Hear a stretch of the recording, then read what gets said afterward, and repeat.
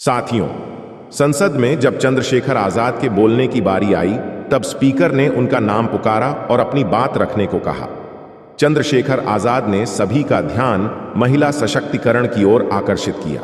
उन्होंने कहा कि देश में महिलाओं की आबादी 50% होने के बावजूद भी कैसे लगातार उनके साथ शोषण हो रहा है। आजादी के 75 साल पूरे होने के बावजूद भी देश में महिलाएं सुरक्षित नहीं हैं। चंद्रशेखर आजाद ने बताया कि कैसे बाबा साहब डॉक्टर अंबेडकर ने महिला अधिकारों के लिए संघर्ष किया और उन्हें हक अधिकार दिलाए। उन्होंने याद दिलाया कि बाबा साहेब अंबेडकर ने महिलाओं के लिए हिंदू कोड बिल पेश किया था, परंतु हिंदू कोड बिल पारित न होने की वजह से उन्होंने कानून मंत्री के पद से इस्तीफा दे दिया था। चंद्रशेखर आजाद की बातों को सुनकर पूरी संसद में सन्नाटा सा छा गया। चंद्रशेखर आजाद ने ऐसा क्या बोला कि जो हजारों बहुजन महिलाओं के लिए प्रेरणा बन गया? वीडियो स्टार्ट करने से पहले आपसे एक छोटी सी रिक्वेस्ट है कि आप वीडियो को पूरा देखें। अगर आप वीडियो को पूरा देखेंगे तो वीडियो का एंगेजमेंट बढ़ेगा और YouTube इस वीडियो को हजारों लोगों तक प्रमोट करेगा। तो चलिए दोस्तों, वीडियो को स्टार्ट करते हैं। भारतीय नारी की विडंबना यह है कि उसे सदियों से मनुविधान के दमनकारी नियमों से जीवन जीने के लिए विवश किया गया, जिसके कारण वे अपने विरुद्ध कानूनों को सहने की अभ्यस्त हुई। इसलिए आज भी अधिसंख्यक महिलाएं मनुवादी व्यवस्था आधारित तथा कथित मनुस्मृति के महिला विरोधी कानूनों का संगठनात्मक तरीके से विरोध नहीं कर पा रही है। इसका मूल कारण महिलाओं की मानसिकता में गहराई तक हिंदुत्व के जहर का होना है। देश की सभी महिलाओं को इसे जानकर उसका त्याग करना होगा और अपने विकास के लिए अपना दीपक स्वयं बनना पड्डा डीहेगा। हिंदुत्व की जहरीली विषमतावादी व्यवस्था और उसमें गुस्साए गए काल्पनिक भगवानों, देवी देवताओं ने उनकी मानसिकता को गुलाम बनाने के सिवाय और कुछ नहीं किया है। अंबेडकर ने अपने पूरे राजनैतिक जीवन में महिलाओं के साथ साथ अनुसूचित जाति और अनुसूचित जनजातियों की दयनीय दुर्दशा के लिए आवाज उठाई। उन्होंने बंबई विधान परिषद में मसौदा समिति के अध्यक्ष के रूप में, वायसराय की सभा में और स्वतंत्र भारत के पहले कानून मंत्री के रूप में संसद में भी भारतीय महिलाओं की कई समस्याओं पर तार्किक चर्चा की और उनके समाधान की मांग की थी। डॉक्टर अंबेडकर ने 18 फरवरी 1927 को बॉम्बे विधान परिषद में एक मनोनीत सदस्यों के रूप में शपथ ली थी। उन्होंने भारतीयों को ब्रिटिश सरकार की ओर से विश्व युद्ध में भाग लेने की सलाह भी दी थी। मातृत्व लाभ विधेयक और जन्म संबंधी आलोचना पर उनके तर्क महिलाओं की गरिमा को पहचानने के लिए काफी प्रासंगिक थे। उन्होंने मातृत्व विधेयक का पुरजोर समर्थन किया। उनका तर्क था, यह राष्ट्र के हित में है कि मां को प्रसव पूर्व अवधि के दौरान और उसके बाद भी एक निश्चित समय तक आराम मिलना चाहिए, और आज इस विधेयक का सिद्धांत पूरी तरह से उसी सिद्धांत पर आधारित है। ऐसा होने पर मैं यह मानने के लिए बाध्य हूं कि इसका बोझ काफी हद तक सरकार को उठाना चाहिए। मैं इस तथ्य को स्वीकार करने के लिए तैयार हूं क्योंकि लोगों के कल्याण का संरक्षण सरकार की प्राथमिक चिंता है, और हर देश में आप पाएंगे कि मातृत्व लाभ के संबंध में सरकार पर एक निश्चित मात्रा में शुल्क लगाया गया है।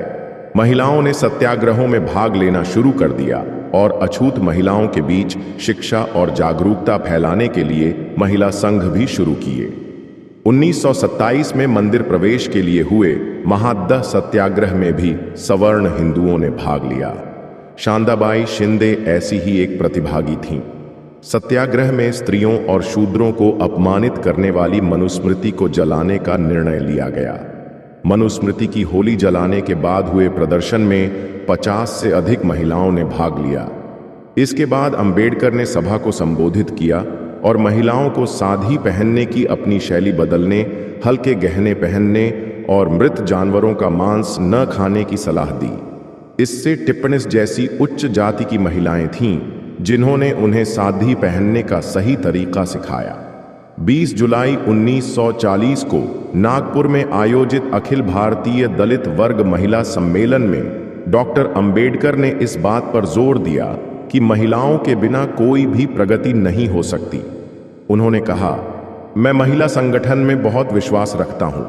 मुझे पता है कि अगर उन्हें आश्वस्त किया जाए तो वे समाज की स्थिति को सुधारने के लिए क्या कर सकते हैं। उन्हें अपने बच्चों को शिक्षित करना चाहिए और उनमें उच्च महत्वाकांक्षा पैदा करनी चाहिए। गोलमेज सम्मेलन में अंबेडकर ने कुछ यादगार भाषण दिए। उन्होंने दलित वर्गों का दृष्टिकोण रखा और डोमिनियन स्टेटस की वकालत की। उनके भाषणों ने ब्रिटिश जनता पर अच्छा प्रभाव डाला। उन्होंने कई महत्वपूर्ण उपसमितियों में काम किया और स्वशासित भारत के भविष्य के संविधान में दलित वर्गों की सुरक्षा के लिए राजनीतिक सुरक्षा उपायों की योजना तैयार की। अंबेडकर ने वयस्क मताधिकार की तत्काल शुरुआत की भी वकालत की। 1932 में जब अंबेडकर गोलमेज सम्मेलन में भाग लेने के बाद भारत लौटे तो समिति की बैठकों में सैकड़ों महिलाएं उपस्थित थीं। चूंकि अंबेडकर महिलाओं की स्थिति के बारे में अच्छी तरह से आश्वस्त थे, इसलिए मसौदा समिति के अध्यक्ष के रूप में उन्होंने भारत की राजनीतिक शब्दावली और संविधान में महिलाओं के अधिकारों को पर्याप्त रूप से शामिल करने का प्रयास किया। इसलिए औपचारिक और पर्याप्त दोनों अर्थों में महिलाओं की समानता पर विचार करके उन्होंने औपचारिक और स्थायी दोनों अर्थों में महिलाओं की समानता के लिए विशेष प्रावधान शामिल किए, जबकि अन्य सभी सामान्य प्रावधान उन पर लागू होते हैं, जैसे पुरुषों के लिए संवैधानिक प्रावधान। भारतीय संविधान की तैयारी में उनके महत्वपूर्ण कार्य के कारण इसे मानवाधिकारों के नए चार्टर के रूप में जाना जाने लगा। उन्होंने कानून को एक स्वस्थ सामाजिक व्यवस्था बनाने के साधन के रूप में देखा, जिसमें व्यक्ति का विकास समाज के विकास के साथ सामंजस्य स्थापित करना चाहिए। उन्होंने भारतीय संविधान में स्वतंत्रता, समानता और बंधुत्व के मूल्यों को शामिल किया। इस विश्वास के आधार पर कि मताधिकार और निर्वाचन क्षेत्र की कोई भी योजना जो राय के प्रतिनिधित्व के साथ साथ व्यक्तियों के प्रतिनिधित्व को लाने में विफल रहती है, एक लोकप्रिय सरकार बनाने से कम हो जाती है। उन्होंने एक चेतावनी के साथ संविधान प्रस्तुत किया। उन्होंने संविधान सभा में दिए अपने भाषण में कहा, राजनीतिक लोकतंत्र तब तक टिक नहीं सकता जब तक उसके आधार में सामाजिक लोकतंत्र न हो। सामाजिक से उनका तात्पर्य जीवन जीने का एक तरीका है जो स्वतंत्रता, समानता और भाईचारे को जीवन के सिद्धांत के रूप में मान्यता देता है। उन्होंने आगे कहा, 26 जनवरी 1950 को हम विरोधाभासों के जीवन में प्रवेश करने जा रहे हैं। राजनीति में हमारे पास समानता होगी और सामाजिक और आर्थिक जीवन में हमारे पास असमानता होगी। राजनीति में हम एक व्यक्ति, एक वोट और एक वोट एक मूल्य के सिद्धांत को मान्यता देंगे। अपने सामाजिक और आर्थिक जीवन में हम अपनी सामाजिक और आर्थिक संरचना के कारण एक व्यक्ति, एक मूल्य के सिद्धांत को नकारते रहेंगे। हमें यथाशीघ्र इस विरोधाभास को दूर करना होगा, अन्यथा जो लोग असमानता से पीड़ित हैं वे राजनीतिक लोकतंत्र की संरचना को नष्ट कर देंगे, जिसे इस विधानसभा ने इतनी मेहनत से बनाया है। अंबेडकर मुख्य रूप से कानून और कानून की प्रभावकारिता में विश्वास करते थे और उन्होंने अपने सपनों के भारत को बनाने के लिए एक संवैधानिक तंत्र विकसित करने के लिए संघर्ष किया, जहां समानता, स्वतंत्रता और बंधुत्व का निर्बाध प्रभाव हो। अंबेडकर के भारत के दृष्टिकोण में सभी नागरिक कानून के समक्ष समान होंगे। उनके पास समान नागरिक अधिकार हैं। जनता द्वारा या उनके लिए बनाए गए सभी संस्थानों, सुविधाओं और सुख सुविधाओं तक समान पहुंच है। उनके पास भारत के किसी भी हिस्से में बसने या निवास करने, कोई भी सार्वजनिक पद संभालने या कोई व्यापार करने या व्यवसाय करने के समान अवसर हैं। यहाँ सभी प्रमुख और बुनियादी उद्योगों का स्वामित्व राज्य के पास होगा। उन्होंने अनुसूचित जाति के रूप में दलितों के लिए विशेष विशेषाधिकार और सुरक्षा उपायों की वकालत की। संक्षेप में उन्होंने समानता की मांग की, जिससे न केवल आंशिक गलतियों का निवारण होगा बल्कि पर्याप्त लाभ भी मिलेगा जो मुआवजे के रूप में हो सकता है। साथ ही यह सुनिश्चित करने के लिए भी कि उनका स्तर ऊपर हो। जब हिंदू कोड बिल संसद में पेश किया गया और सदन के पटल पर बहस हुई तो विधेयक के खिलाफ विपक्ष मजबूत था। अंबेडकर ने समानता, स्वतंत्रता और भाईचारे के संवैधानिक सिद्धांतों को इंगित करके विधेयक का बचाव करने की पूरी कोशिश की और कहा कि भारतीय समाज में जाति व्यवस्था की विशेषता है और यह एक सामाजिक परिवर्तन के लिए आवश्यक है जिसमें महिलाओं को एक कानूनी फ्रेम प्रणाली में समानता प्राप्त हो और महिलाओं पर अत्याचार। चूंकि महिलाएं समानता से वंचित हैं, इसलिए सामाजिक परिवर्तन के लिए एक कानूनी ढांचा आवश्यक है जिसमें महिलाओं को पुरुषों के समान अधिकार प्राप्त हो। हालांकि यह विधेयक हिंदू रूढ़िवादियों के विरोध का सामना नहीं कर सका। वास्तव में यह विधेयक पितृसत्ता के लिए खतरा था जिस पर पारंपरिक पारिवारिक संरचना बंधी हुई थी और यही विरोध का प्रमुख कारण था। इसलिए 1991 में पहले चुनाव की पूर्व संध्या पर प्रधानमंत्री जवाहरलाल नेहरू ने यह कहकर विधेयक को गिरा दिया कि बहुत अधिक विरोध था। इस मुद्दे पर तत्कालीन कानून मंत्री अंबेडकर ने इस्तीफा दे दिया। इस्तीफे के लिए उनके स्पष्टीकरण से पता चलता है कि कैसे स्वतंत्र भारत की संसद ने अपनी महिला नागरिकों को बुनियादी अधिकारों से भी वंचित रखा। हालांकि अंबेडकर द्वारा प्रस्तावित अधिकांश प्रावधानों को बाद में हिंदू विवाह, उत्तराधिकार, अल्पसंख्यक और संरक्षकता और भरण पोषण पर 4 विधेयकों में पारित किया गया था और बाद में 1976 में हिंदू कानून में कुछ बदलाव किए गए थे। यह अभी भी सत्य है कि सभी भारतीय नागरिकों के लिए स्वतंत्रता, समानता और न्याय के सिद्धांत पर आधारित भारतीय संविधान के लागू होने के 50 वर्षों के बाद भी महिलाओं के बुनियादी अधिकार अभी भी उन्हें बहाल नहीं किए गए हैं। हालांकि हिंदू कोड बिल ने भारत में नारीवादी आंदोलन के पुनरुत्थान में मदद की। महिलाओं को अन्याय से मुक्ति दिलाने के लिए अंबेडकर का यह धर्म युद्ध संसद में महिला नेताओं को इस मुद्दे को इसके अधिनियमित होने तक जीवित रखने के लिए प्रेरित करता है। यह महिलाओं के लिए अपनी स्थिति को पहचानने और 1960 के दशक की शुरुआत में शुरू हुई दूसरी लहर के नारीवाद से ताकत हासिल करके अधिकार आंदोलन को आगे बढ़ाने का शुरुआती बिंदु था। महिलाएं अभी भी बलात्कार, दहेज हत्या, सांप्रदायिकता, कट्टरवाद, यौन उत्पीड़न, घरेलू और सामाजिक हिंसा, गरीबी आदि जैसे मुद्दों से लड़ेच रही हैं। जाति व्यवस्था के खिलाफ एक योद्धा, सभी शोषितों और गुलामों के मानवाधिकारों के लिए एक सतर्क सेनानी और सामाजिक और आर्थिक अन्याय से मानवता को मुक्ति दिलाने वाले के रूप में अंतर्राष्ट्रीय स्तर पर पहचाने जाने वाले बाबा साहेब अंबेडकर का परिनिर्वाण 6 दिसंबर 1956 को हुआ था। संसद में अंबेडकर की मृत्यु पर शोक संदेश में प्रधानमंत्री जवाहरलाल नेहरू ने कहा, बाबा साहेब अंबेडकर हिंदू समाज की सभी दमनकारी विशेषताओं के खिलाफ विद्रोह के प्रतीक थे। लैंगिक समानता पर आधारित समाज का उनका सपना अभी साकार नहीं हुआ है और इसलिए उनके विचार सामाजिक पुनर्निर्माण के लिए महत्वपूर्ण हैं, जो महिला सशक्तिकरण का पक्ष लेते हैं। राष्ट्र ने बाबा साहेब अंबेडकर को मरणोपरांत भारत रत्न देकर सम्मानित किया, जिसे 1990 में उनकी पत्नी सविता अंबेडकर ने प्राप्त किया। सामाजिक न्याय की उनकी विचारधारा आम जनता तक पहुंचे। फाउंडेशन ने डॉ. अंबेडकर राष्ट्रीय स्मारक, डॉ.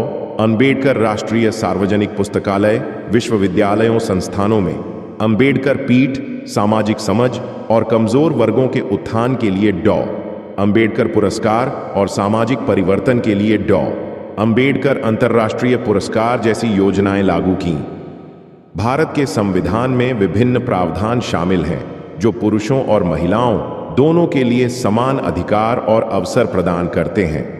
अनुच्छेद 14 गारंटी देता है कि राज्य कानून के समक्ष समानता और कानूनों के समान संरक्षण से इनकार नहीं करेगा। अनुच्छेद 15 लिंग के आधार पर किसी भी नागरिक के खिलाफ भेदभाव पर रोक लगाता है।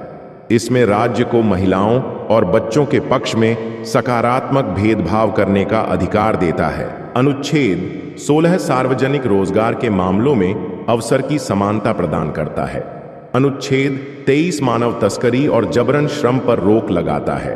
अनुच्छेद 42 राज्य को कार्य की उचित और मानवीय स्थितियां सुनिश्चित करने और मातृत्व राहत के लिए प्रावधान करने का आदेश देता है। अनुच्छेद 51 प्रत्येक नागरिक पर महिलाओं की गरिमा के लिए अपमानजनक प्रथाओं को त्यागने का मौलिक कर्तव्य लगाता है। अनुच्छेद 243 में प्रावधान है कि प्रत्येक पंचायत में प्रत्यक्ष चुनाव द्वारा भरी जाने वाली सीटों की कुल संख्या का 1/3 से कम नहीं महिलाओं के लिए आरक्षित किया जाएगा और ऐसी सीटें पंचायत में विभिन्न निर्वाचन क्षेत्रों में रोटेशन द्वारा आवंटित की जाएंगी। इसमें एससी एसटी महिलाओं के लिए नगर पालिकाओं में अध्यक्ष के पदों का आरक्षण उसी तरह से प्रदान करता है जैसे किसी राज्य की विधायिका कानून द्वारा प्रदान कर सकती है। उपरोक्त संवैधानिक प्रावधानों के अनुसरण में महिलाओं के हितों की रक्षा, सुरक्षा और संवर्धन के लिए विभिन्न विधायी अधिनियम बनाए गए हैं।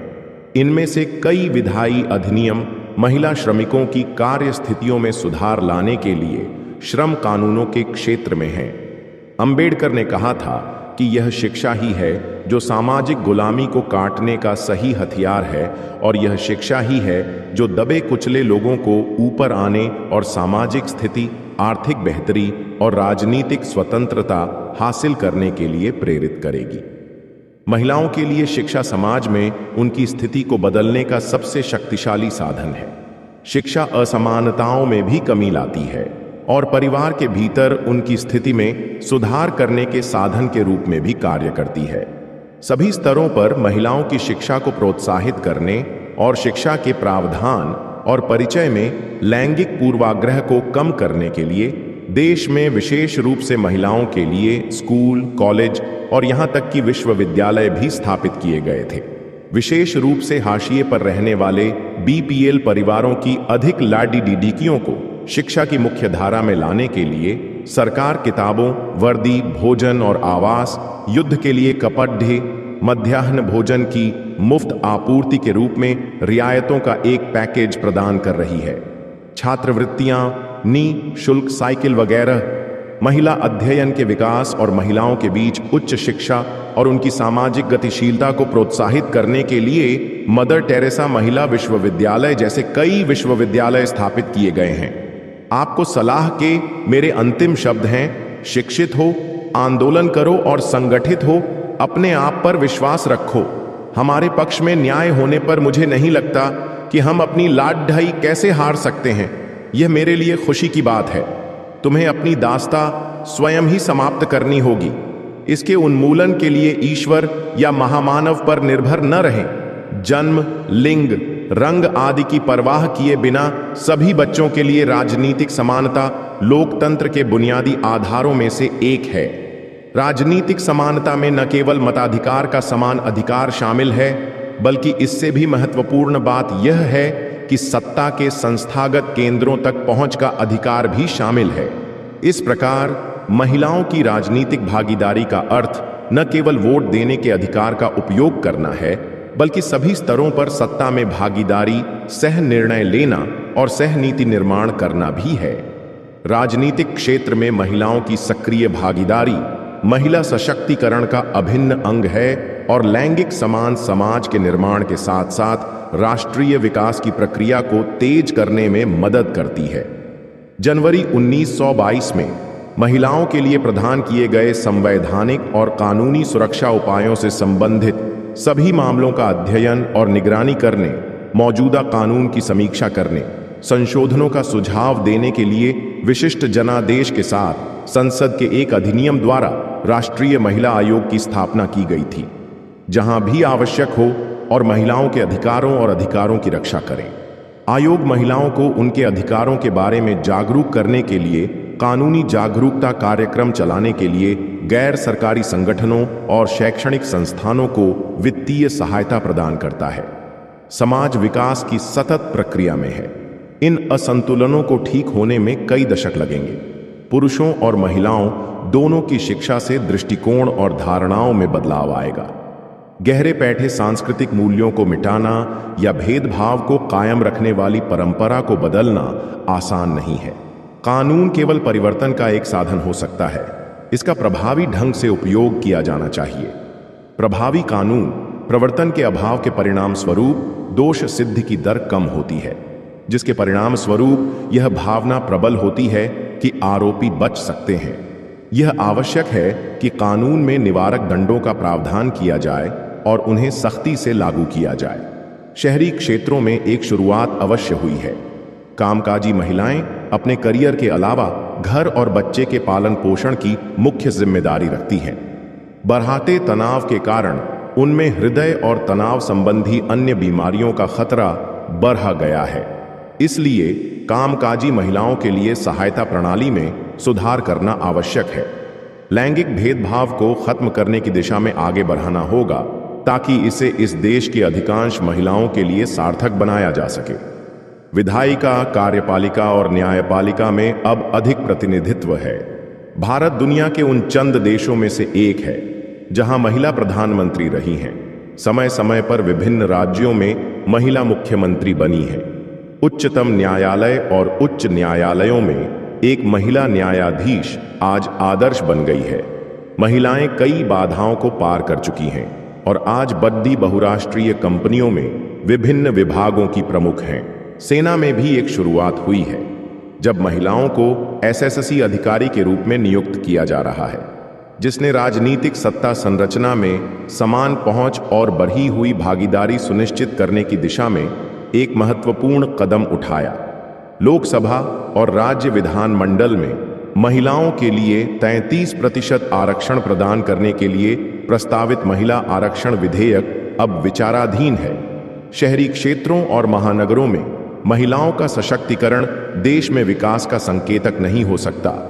जिस देश की 80% आबादी ग्रामीण इलाकों में है, जब तक इन इलाकों में महिलाओं की स्थिति भी एक साथ नहीं सुधरेगी, उनके लिए विकास एक छलावा ही रहेगा। स्वतंत्र आय और रोजगार के अवसर खोले बिना महिलाओं की स्थिति में सुधार नहीं किया जा सकता। ग्रामीण क्षेत्रों में महिलाओं का रोजगार मुख्य रूप से श्रम केंद्रित, अकुशल नौकरियों में केंद्रित है, जहां सरल या पारंपरिक कौशल की आवश्यकता होती है। व्यावसायिक संस्थानों तक पहुंच का अभाव है।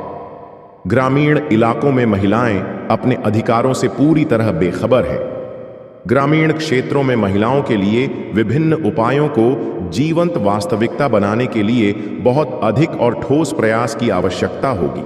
यह केवल राज्य, गैर सरकारी संगठनों के सामूहिक प्रयास, औपचारिक और अनौपचारिक शिक्षा प्रदान करने, मीडिया आदि के माध्यम से हो सकता है। महिलाओं को सशक्त बनाना ताकि उन्हें अपने पुरुष समकक्षों के साथ समान भागीदार बनने में सक्षम बनाया जा सके, ताकि उनमें परस्पर सम्मान हो, एक दूसरे के साथ रहना और घर तथा वित्त की जिम्मेदारियां साझा करना ही अंतिम लक्ष्य होना चाहिए, जिसे हमें प्राप्त करने की आकांक्षा रखनी चाहिए। विवाह और परिवार की संस्था और पवित्रता को कम किए बिना लैंगिक समानता के बुनियादी मानवाधिकारों को लागू किया जाना चाहिए। डॉ. आम्बेडकर ने कहा था, मैं नहीं जानता कि इस दुनिया का क्या होगा जब बेटियों का जन्म ही नहीं होगा। स्त्री सरोकारों के प्रति डॉ. भीमराव आम्बेडकर का समर्पण किसी जुनून से कम नहीं था। सामाजिक न्याय, सामाजिक पहचान, समान अवसर और संवैधानिक स्वतंत्रता के रूप में नारी सशक्तिकरण लिए उनका योगदान पीढ़ी दर पीढ़ी याद किया जाएगा। दोस्तों, आपको यह वीडियो कैसा लगा हमें कमेंट में ज़रूर बताएं। अगर आप इसी तरह के वीडियो देखना चाहते हैं तो हमारे चैनल को सब्सक्राइब करें। मिलते हैं किसी और वीडियो में, तब तक के लिए धन्यवाद।